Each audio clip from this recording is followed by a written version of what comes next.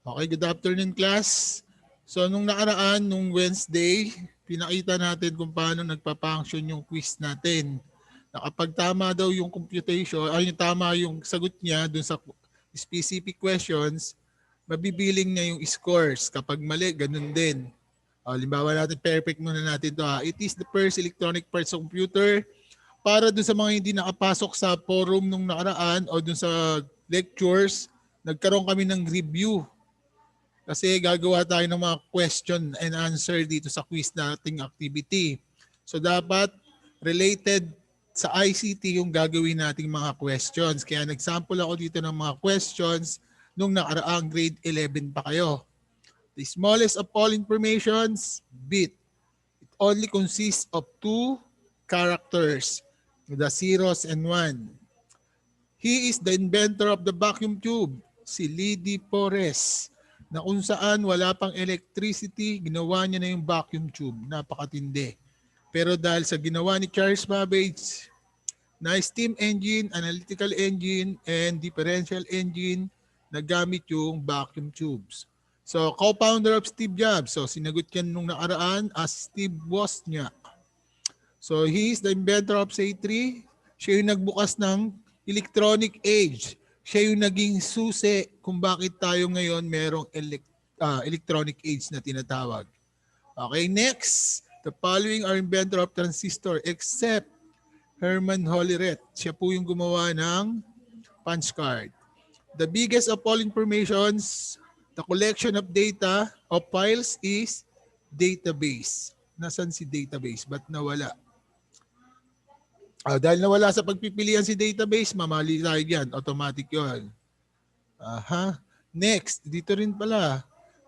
Collection of record file. Ayun, si file. So kulang tayo ng isang sagot. Who is William Henry Gates? Bill Gates. Dito naman, he is the inventor of integrated circuit. Jack Kilby. Yan. Kulang tayo ng isa obviously. Hindi natin mape-perfect. So ang score natin, 0. So ang nangyari, nagkaroon tayo ng error sa linking. Equals sum, open parenthesis. So dito tayo sa sheet 3.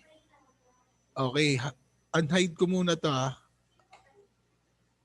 Escape muna tayo. Sige, papakita ko na lang yun ng mula umpisa mamaya. Pero dito, unhide ko muna to. Ito. Yun, ayun oh, ito nawala yung representative ng number na to kaya hindi natin siya naitama. Yan. So dito ngayon gagawin ko equals na lang to. Dun sa sheet 3 dito. Yan oh. De La Cruz, your score is 9. Okay, admit ko lang to si Costanilla, then start tayo ng demonstrations. Okay, pero gagawin natin yan from the beginning. Etong quiz natin applicable to applicable to kahit sa anong subject. Lalo na sa mathematics, napakadaling gumawa ng question and answer pagdating sa math. Una, lagyan muna natin ng label para dun sa surname. Para alam ni teachers, alam ni students kung saan siya maglalagay ng surname niya. Alam, label. So, yung makikita kayo dun class, yung kulay pula, yun po yung surname. Sasabihin lang ni teacher na gano'n. Tapos, halimbawa, yung kulay blue naman, doon kayo maglalagay ng surname. Surname nga lang po ang ilalagay, sabi ni teachers. Okay, for example lang. Okay, gagawin na natin. Mas maganda ang font.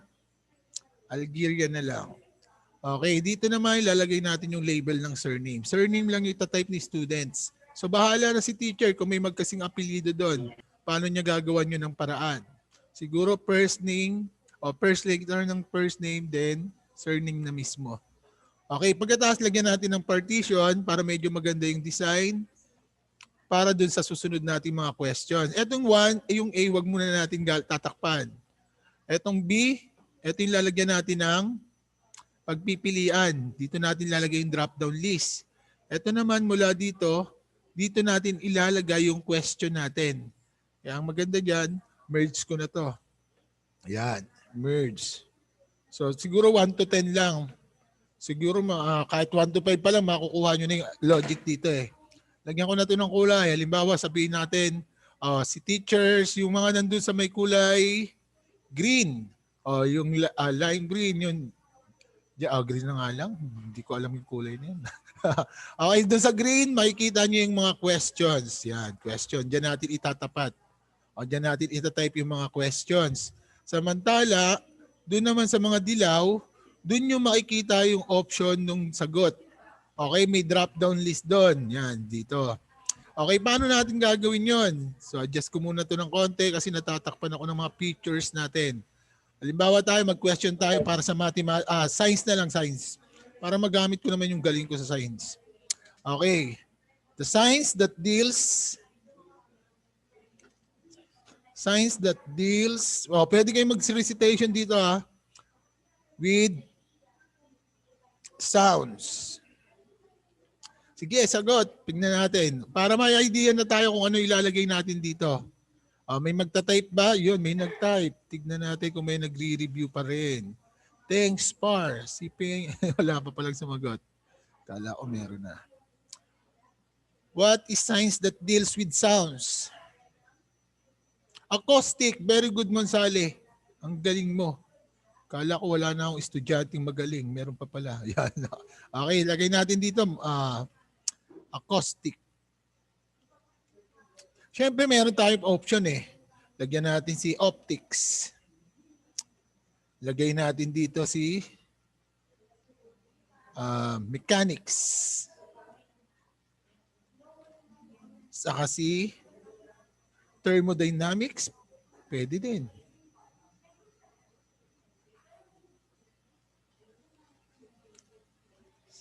Okay, so ngayon, para mailagay natin yung option dito, ang gagawin ko lang, click ko lang to, lagyan ko lang siya ng data validation, tapos dun sa any value na makikita natin, pindutin natin yung list, then yung source, ito yung i-highlight natin. Then click mo lang yung okay, yan, magkakaroon na tayo ng, okay, gawin muna natin yung question number 2 para ma-master nyo yung paggawa. Okay, gamitin na rin yung option natin na yun na rin. So, the science that deals with motion. Okay. Science that deals with motion. Sige nga, type nga yung sasagot. Anong sagot? Science that deals with motions. Yon. Physics? General naman. Science deals. Kapag science that deals with energy and matter, yun yung physics. Science that deals with force is wala. Walang ganon. Hindi pa yan, walang ganon. Science that deals, kasama na yun sa may mass. Yan. The amount of energy in an object. Andyan si force is equals to mass times accelerations. Tama po ba? Alien. O sige, lalagay ko yung... Ito pa rin yung pagpipilian natin. Ito pa rin. Sabi ko nga, bigyan ko kayo ng clue. Ito pa rin yung gagamitin natin sa options. So therefore, gagamit ulit ako ng data validation, any value list, tapos ito, i-click ko ulit to. Pag mapuulit yung equation. O kaya naman, tignan nyo to Yan. O, tanggalin ko muna ulit. Kapag parehas lang, di ba wala na siyang drop-down list. Tanggalin natin. Ay, sorry. Control Y para sa redo. Yan. Yan. Dito, pwede nyo na itong i-drag kasi parehas lang naman sila. Yan. O, halimbawa, ang tamang sagot dito is mechanics. O, mechanics po. Ayan. Ngayon, lalagyan na natin ng answer. Lagyan natin ng answer. Check natin ngayon. Paano nagkakaroon ng score? Dito yon. Gawin natin dito yung equals if formulas. Equals if open parenthesis. Oh, mali yung signs ko. Equals. Yan. Equals if open parenthesis. Kapag yung sagot ni students equals sa sagot natin, tamang sagot natin, yan. Magkakaroon siya ng 1 point. Pero kung hindi naman, 0 siya. Yan. Okay. So dahil tama tayo, teka lang. O yun, wala pa rin sumasagot. Ay, kulang yung equal sign. If B1, ayan mali yung ano ko. Ano bang nangyayari sa keyboard? Ayaw niyang sumunod. Ayan. P1. So si P1 doon nakalagay yung tamang sagot. Yan. So kapag acoustic yung sagot niya, magkaroon siya ng 1 point. Nakuha niyo yung logic ng pagsagot? Sige, ulitin natin dito naman sa number 2. equals if, open parenthesis. Kapag ang sagot niya sa number 2 ay salitang katumbas ng mechanics, ang magiging score niya is 1. Kung hindi naman, 0. Yan po yun. Okay, tingnan natin. Kapag mali yung sagot ni students, 0 siya doon sa part na yon. Tatanggapin niya lang yung score na 1 kapag tamang-tama yung sagot niya. So accurate yung magiging checking natin. Walang malilito, walang doctorate dito. Okay, number 3 questions tayo. Number 3. The amount of energy in an object. Sagot-sagot para magkaroon ng recitation. The amount of energy in an object. Ano yung mga pwede nating lagay? Physics, force. Mali po. Sige, lalagay ko yung mga ano nyo. Force daw, may nagsagot ng force. Sige, sama natin sa pagpipilian yan. Physics, yan. Ano pa?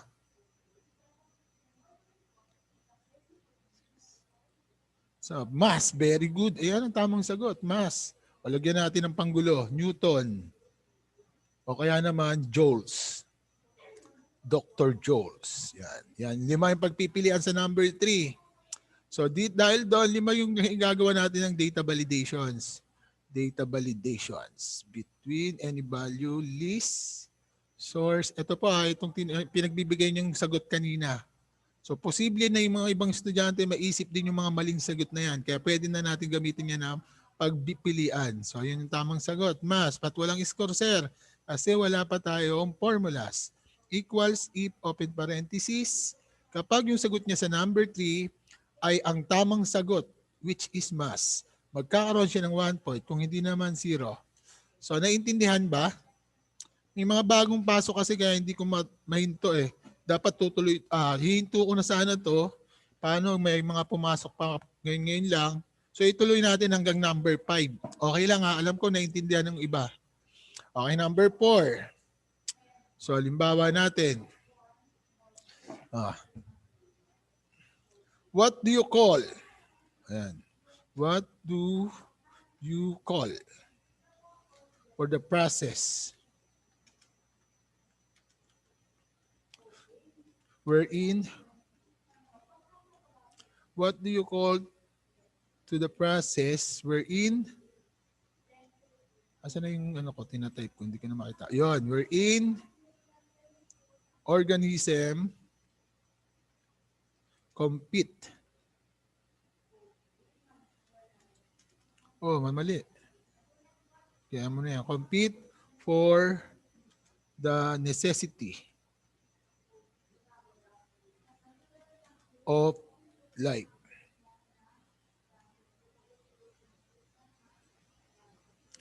What do you call? Compete talaga. Matindi. Oh, yan. What do you call for the process wherein organism compete for the necessity of life? Sige, sagot. Tignan natin kung sino tatama bago natin ilagay yung mga pagpipilian. Okay. So, sino tumama kanina? Si Suela. Ay, hindi. Si Suela nga. Survival. Tignan, lagay natin yung sinabi ni survival. Suela, meron kang 5 points ha. Mamaya ako na re-record para tuloy-tuloy tayo. Sige, sagot lang. Gayun gagamitin natin sa Tapos tignan natin. Sige. Okay lang, Suela. Tapos, sagot. Ano pa yung mga posible? Halimbawa natin, mutualism. Yan. O kaya naman, competition. O kaya naman yung tinatawag na predations. Ano daw yung tawag natin kung saan yung mga hayop ay naglalaban-laban para mabuhay? So ang tawag doon is competitions. So kung nang gagawin, data validations, any value, palitan ng list, yung source gawing itong mga to. Tapos okay. Then para sa checking naman, equals if kapag ang sagot mo sa question number 4 ay katumbas ng salitang competitions, magkakaroon ka ng 1 point. Kung hindi naman, bokya ka doon. Okay, naintindihan? Okay, bokya siya kasi wala pang sagot. Lagyan natin. Yun Okay, number 4 na tayo. Last one, number 5. Okay, another science question pa rin tayo ha. Okay. The speed of sounds. What is the speed of sounds? So alam natin yung speed of light. Naririnig ko, pinag-aaralan nyo kay Sir Aguilar. Ngayon, tatanungin ko kayo, how about the speed of sounds? Yan yung reasons bakit meron tayong naririnig na echo. Yan nga po yun. Tama. Sige, wild guess kayo, wild guess. Hanggang number 5 lang tayo. Sige, ano? Wala pa? Sige, sasagot nyo ako kukuha ng mga multiple choice. Siyempre ilalagay ko yung tama. Kaya sumagot-sagot din kayo. Huwag puro pabalang. Ako na nga lang mag-iisip para sa inyo. 345 meter per second squared. Okay. Nakita nyo? Control Shift Plus. Yo. Ito yun Next, yun may lumabas may nagano na. 300. Copy na natin to. Papalitan na lang natin yung dulo. 43, 342, or 344. Alin ang tama rito? Anong sabi ni Google? 343 Hindi. Okay, sige, lagyan natin yan. Data validation, any value, list, source.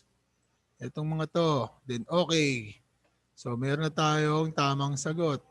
Nung nag-aaral pa ako nung college, ang sagot namin dito 342. Pero kung ni-research nyo sa Google is 343, still magkalapit naman sila. Siguro wala namang epekto yun sa sounds or sa echo. Tanggapin na natin yung 343 nyo. Ako na yung mali. Ako na yung may edad. Joke lang. Okay, sige, lagay natin yan dito. Equals if, open parenthesis. Ito, katumbas ng salitang 343. Nagkakaroon tayo ng 1 point. Kung hindi naman 0. Close, then enters. Okay, so nakuha nyo na yung logic. Ngayon dito sa sheet 6, yan, di ba meron tayong 4 sa 5. Sa 6, dito ako gagawa ngayon ng para sa score. So para mangyari yon, gagawa muna ako ng lagayan ng label o ng name. Home tayo dahil nandun si merge. Lagyan natin ng magandang font. Yan. Tapos ilagay na rin natin dito. Lagay na ko lang dito. Your score is. Yan. Lagyan natin ng medyo magandang kulay. Maganda na yan. Sige, kahit anong kulay, pwede naman. Ito, lalagay lang natin yung equals. Tapos, ikiklik lang natin yung sheet 5 kung saan nandun yung surname. Okay, halimbawa ako dito sa sheet 5, mag-exam ako. De La Cruz. O, para kung may apelido ako, lagyan ko ng D. Yan. Paglagay ko ngayon yan, pagpunta natin dito sa kabila, para automatic din yung pagpunta dun sa score, lagyan natin ng score. Yan. Tapos, right-click, link. I-link ko lang siya dun sa kabila, sa 6. Okay. Para pagka-click ko sa kanya, lakihan ko lang ng konti. Yan. Para pag-click ko dito, mapupunta tayo dito sa score. So, si score, dito natin lalagay para malaki ang score. Siguro mga 180. Yan. So, tas equals ko lang to dun sa sum nung nasa sheet 5. Yung taga-bilang kung tama o mali. Dito yon. So, kung hanggang 15 tayo, lagay natin lahat yan dyan. Okay. So, tama yung 5 sagot natin. So, meron tayo automatic 5 points. Paano kung nagkamali tayo? Halimbawa dito, ang sinagot natin is Newton. So, ang score natin is 4 na lang. So, ganun po yung next activity natin doon sa Module 3 na kapaloob. I mean, kasama po yun sa mga gagrida natin as performance task. So, leaders, paki-assist yung mga members nyo na sana lahat kayo makagawa dahil 70% po ang ating performance. Okay, kung may question kayo, paki-ano na lang i-end ko muna tong recording. End ko muna tong recording. Stop.